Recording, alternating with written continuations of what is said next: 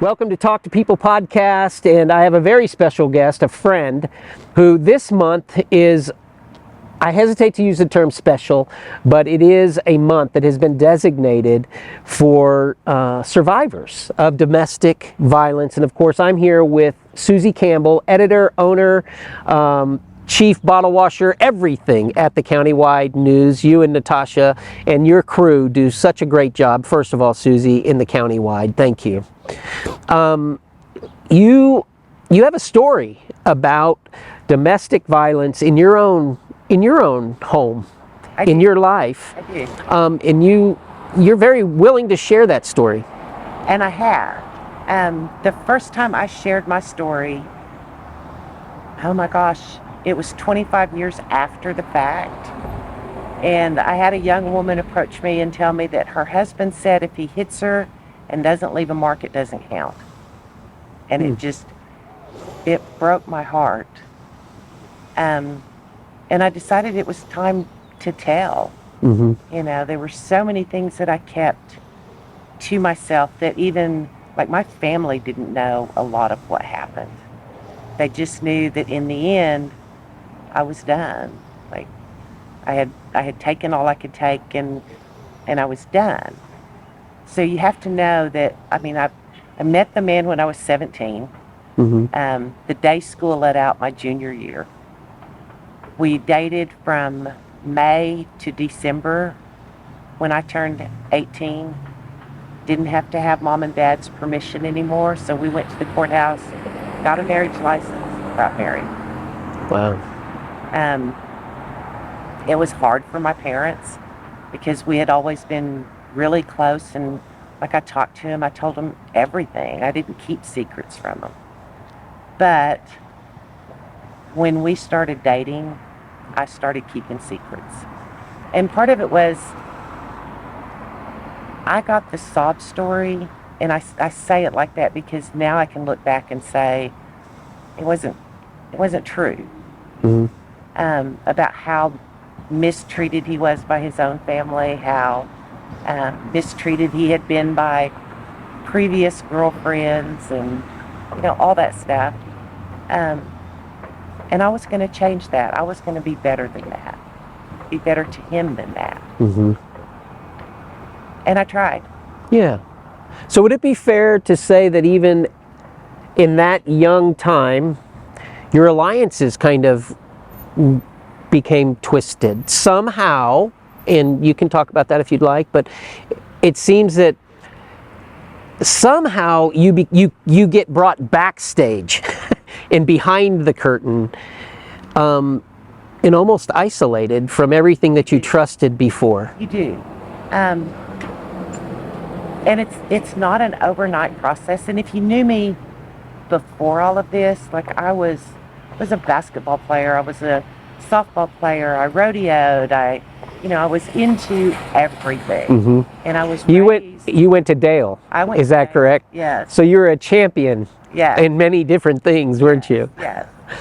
We didn't have softball in school then, but yes.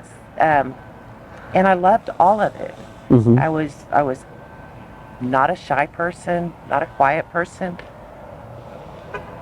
but I learned to be. Mm.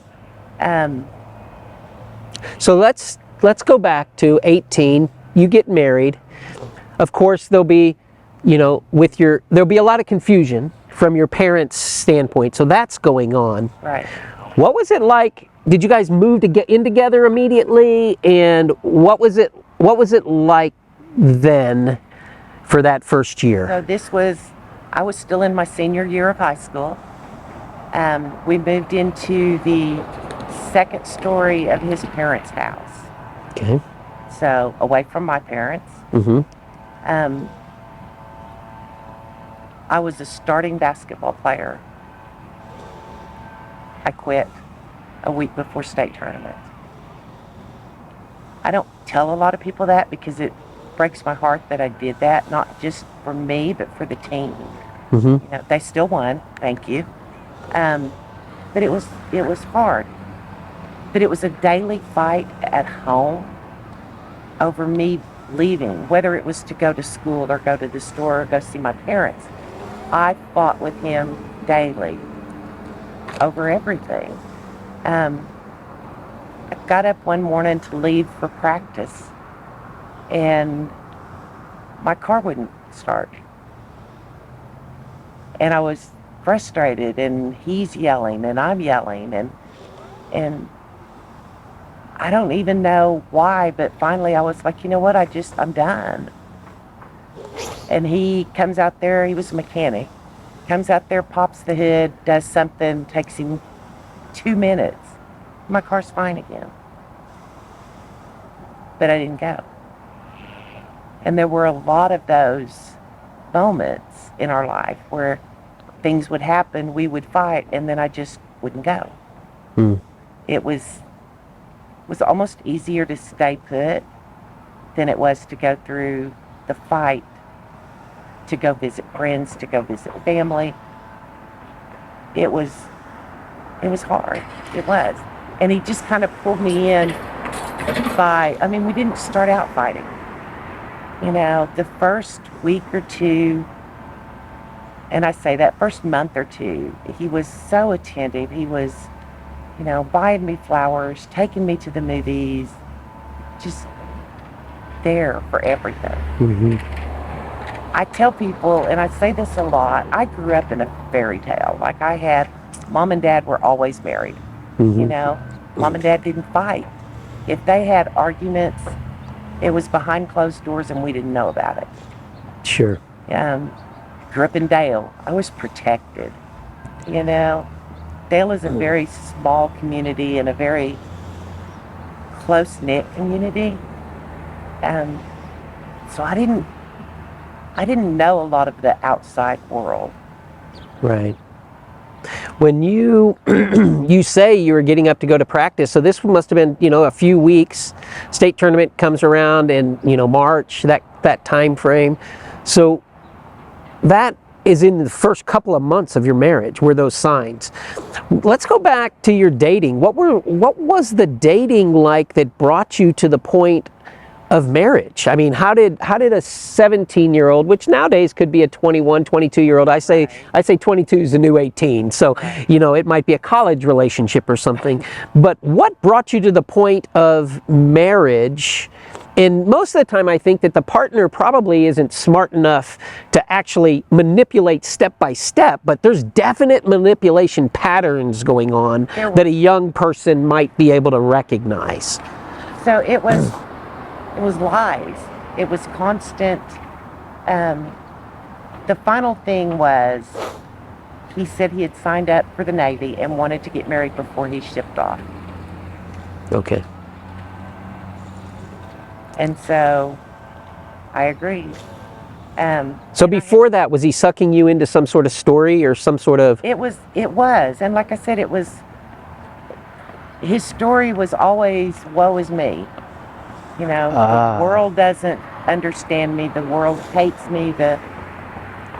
And I was young enough that, I had this, I can make it better for him, Young girl in love. I can make it better for him. I can take care of this. He'll see how great things are. Until I was there, like I was always there. Well, why I'm pushing for this is because Oklahoma is number one in domestic violence reports.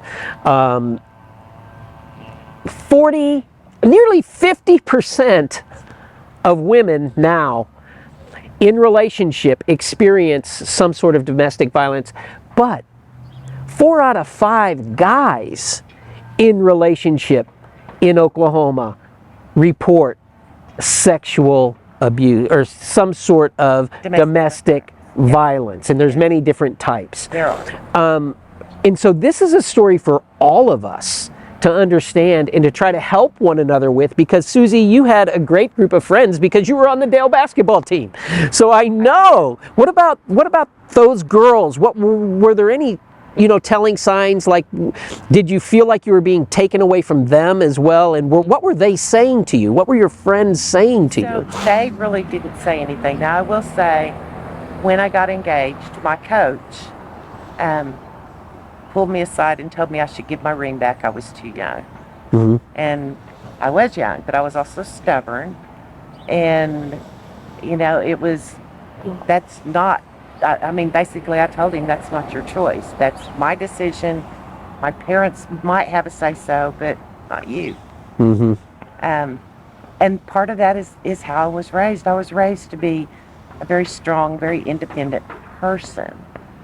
So I didn't share a lot with anybody as far as what was happening. I was leaving, I had been at practice for a school play, and he had an old Mustang and decided that I needed to drive it, and the clutch on it was off, and like, I grew up driving stick shifts. I know how to drive a stick shift. Sure. I couldn't keep this one running. Gotcha. 2 blocks. I mean, and so I finally got out because I needed to get home. I had schoolwork to do, and Mm-hmm. and so I got out and just started walking. Now, I didn't live in the town of Dale. Yeah. Sure. So it was going to be a little bit of a walk. Mm-hmm. And so he finally went ahead and picked me up. There was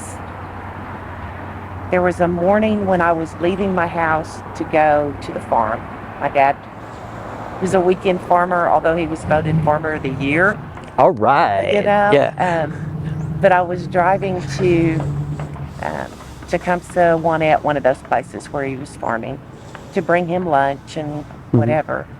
It was on 177, and I see him and I wave, and all of a sudden his tires are squealing, there's smoke, and he's off in the ditch, and I'm like, oh my gosh, what happened? Wow. And so I get out, and he comes over, and it wasn't hurt. It was on purpose, because I was leaving the house and hadn't told him I was leaving or where I was going. Hmm.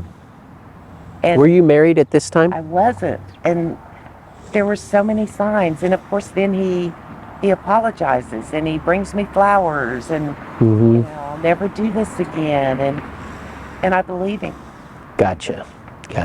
So you kind of get reeled in. You kind of get sucked in to a world of lies. Yes. Basically. And then you get married and you move into the home. I mean, you move into the home that was producing this, and that's where it all stemmed from. So what starts to happen after that 2 months? What starts to happen after you graduate from Dale High School? What does it turn into? So we leave the home. We move into a little house right there in Dale. I'm working, he's not, and that became a very prominent thing throughout our marriage. We were married 5 years, and most of the 5 years I was the one working. I had plans to go to college and all these things that I wanted to do, but instead I graduated and went to work. It wasn't better. I thought moving out of his parents' house would make it better, but it made it worse. I thought having kids would make it better. It didn't. So in this 5 years, you have children. We had 2. I have 2. Amen. He hasn't seen them since they were 2 and 4. Wow. And they're both in their late 30s now. So you're in this relationship, you're stressed, I'm sure. You get pregnant, that kind of consoles you, like, okay, this will help make it better. Right. But then I hear it didn't, and you have another one. What's life like in the home with 2 kids and So I had decided before I had the first one that we were done. Okay. We split up. I moved out. He called. I agreed to meet with him. We sat down, we talked, we cried. I cried a lot. He made all kinds of promises. I came back, and probably within just a month or two of the time I came back, I was pregnant. Hmm. He left on the senior trip with his younger brother while I stayed home and worked. That was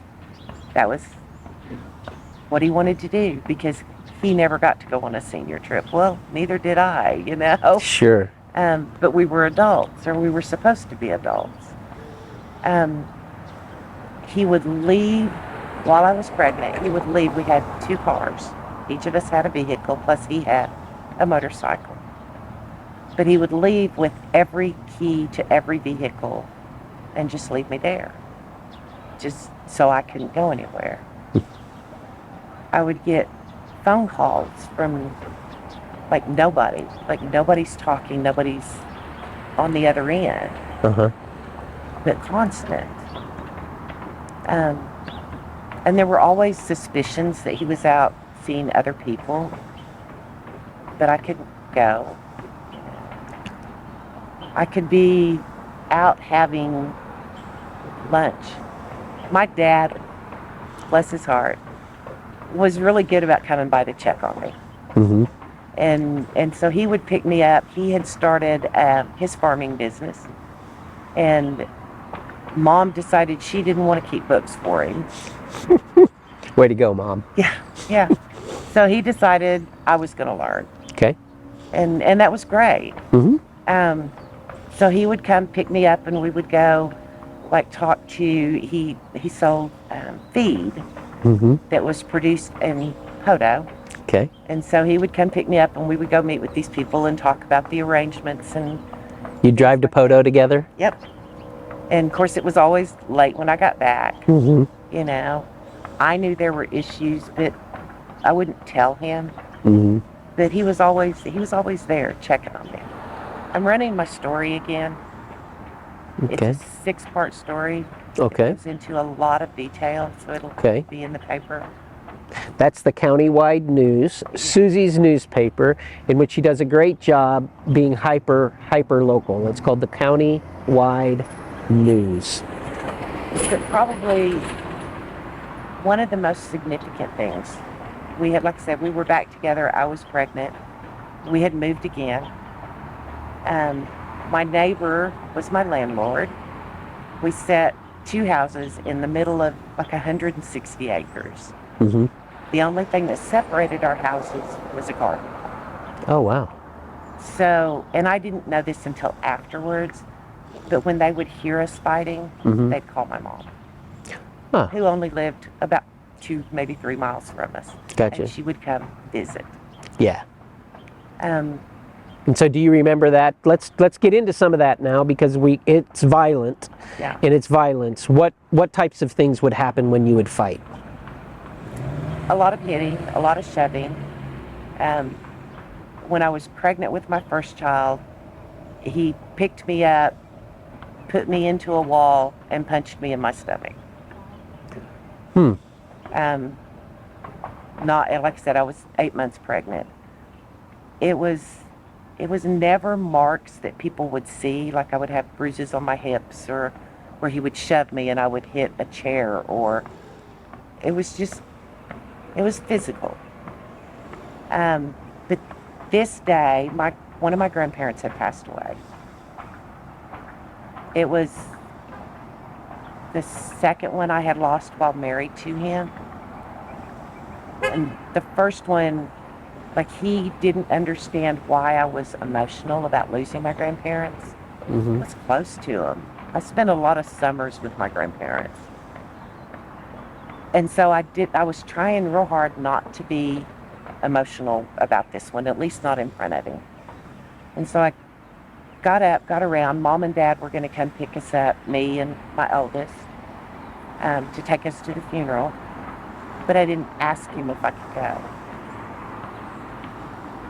I started out the front door. He shoved me and the baby back in the house. went and got a rifle and stood at the front door until he saw my parents pulling up the driveway. Just stood there like he was waiting to do something more. And then when he saw them, he just laughed and went off in the other room and was like, oh. And I did. But I knew what was going to happen when I got home.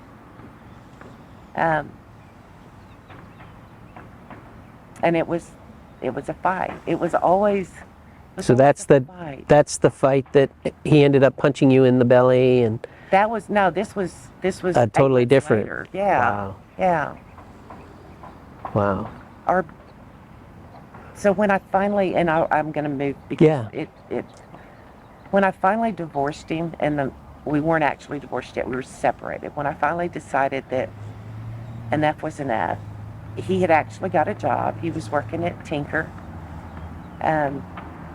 He was working nights. I was working days, which meant the kids and I, and when I say nights, he worked swing shift. Gotcha. And so the kids and I had almost a normal life. Mm-hmm. Like we could go places and do things and not worry about rushing home, and it was fun.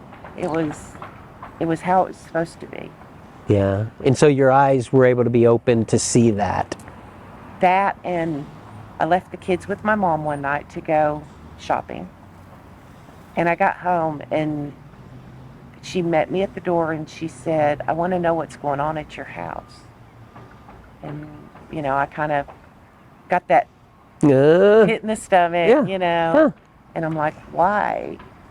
And she said, we were watching King Kong, and when he picked up the woman and she screamed, your daughter went white as a sheet and was shaking. I had thought up to that point that I had protected my kids from this, but obviously I hadn't. So he came home, it wasn't too long after that, and said,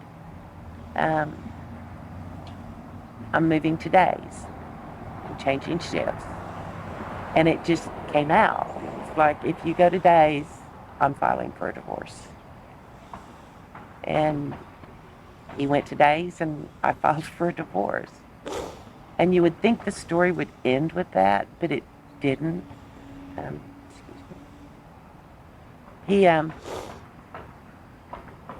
We were separated.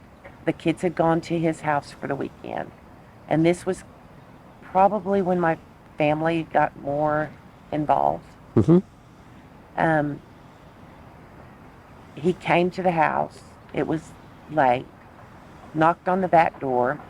And he said, let me back up a little. We had bought a mobile home. It was setting where my grandparents' house sat when I was a kid. Okay. The neighbors owned the place now. Mom and Dad's house was just 2 houses down the road, dirt road. So you couldn't see the houses, but I was close to them. Right. And then just on the other side of me, across the road, was one of my brother's houses. So I was close to family now. Yes. Before we made the first payment was whenever I went, I'm done, and he moved out. So he came over. We didn't have porches on it. We had steps on the back door, nothing on the front door. We hadn't got that far. And so the kids had gone to his house for the weekend. And he came over and knocked on the back door, and he said, our daughter fell off the lawnmower, the riding lawnmower, and she's in the emergency room, and I need you to come with me. My daughter was not even 2 yet, so it scared me. I walked away from the door to go grab my stuff. I was in my PJs, throw on some clothes, and he came in with a gun, with a .45, and he pointed it at me, and he said, I talked to my priest today, and he said, it is wrong for you to divorce me. So we're going to meet our baker and find out. I couldn't tell you what happened most of that night, other than it was an all-out fight It was a fight. I tried getting to the phone to call anybody, mostly my brother. I couldn't get on it long enough to make an actual phone call. At one point, I actually had the gun, and don't ask me how because I can't tell you. And I was ready to end it with him. And he said, "What are you going to tell our kids?" And I hesitated. And so he took the gun and left. Now, during that fight, there was a point where I ran, and when I say ran, I mean at a dead run, out the front door, off the front porch that didn't exist. He came down on top of me. We fought. We ended up back in the house. He shoved me to the ground. I had tennis shoe marks on my chest where he jumped up and down on it. I had a broken collarbone. It was hours of fighting. And I will tell you now that God was there. That is the only way to explain that I'm still here. God was there. And he took care of me. Wow, Suzie. Wow. The aspect of isolation is real in many, many relationships, and we as family members, we as community members, we need to look out for one another as friends. Yes. Suzie, thank you. Domestic Violence Month every October, and you work with an organization here who does a great job to help people. Tell us about that. Project Safe. Project Safe wasn't there when they hadn't started and weren't really a known thing when I was going through mine. There were a lot of things. We didn't have stalking laws when I was going through all of this. Which is exactly what happened at that mobile home. That was stalking. Yes. But so many things have changed and for the better. And Project Safe does a wonderful job of helping you make plans to get out. Mm-hmm. Helping you with whatever you need to get started again. Mm-hmm. Luckily, once I said something to my family, it was like, I have a very close family. Sure. And I could have said something at any point and probably been fine. But I chose not to. Because I went against my parents' wishes to marry this man. My parents, like I said, had been married forever, and that was my goal. Mm-hmm. Marry once, and that's it. Until it wasn't. Mm-hmm. So But Project Safe is like, they are there. They have a hotline. They have all the knowledge mm-hmm. that I wished I'd have known before I got into the mess I was in. And sometimes that's an easier way to come out of the isolation and then to ease back into your family, ease back into your friendships, is by contacting Project Safe, who have volunteers and a wonderful director in Renee. Project Safe cannot be talked about enough. Again, in our community, in this state, we lead the nation in the reports of domestic violence. Nearly 50% of the women in relationship are hurt with domestic violence. 4 out of 5 men hurt with domestic violence. These are things that we must talk about. Yeah. And Suzie Campbell, in her newspaper, upcoming 6-part series, in which, Suzie, you tell your own story in a way in which, on paper, you're going to let a lot more out probably than what we can let out right here. Exactly. It starts with the dating, and it goes on even after I was married again.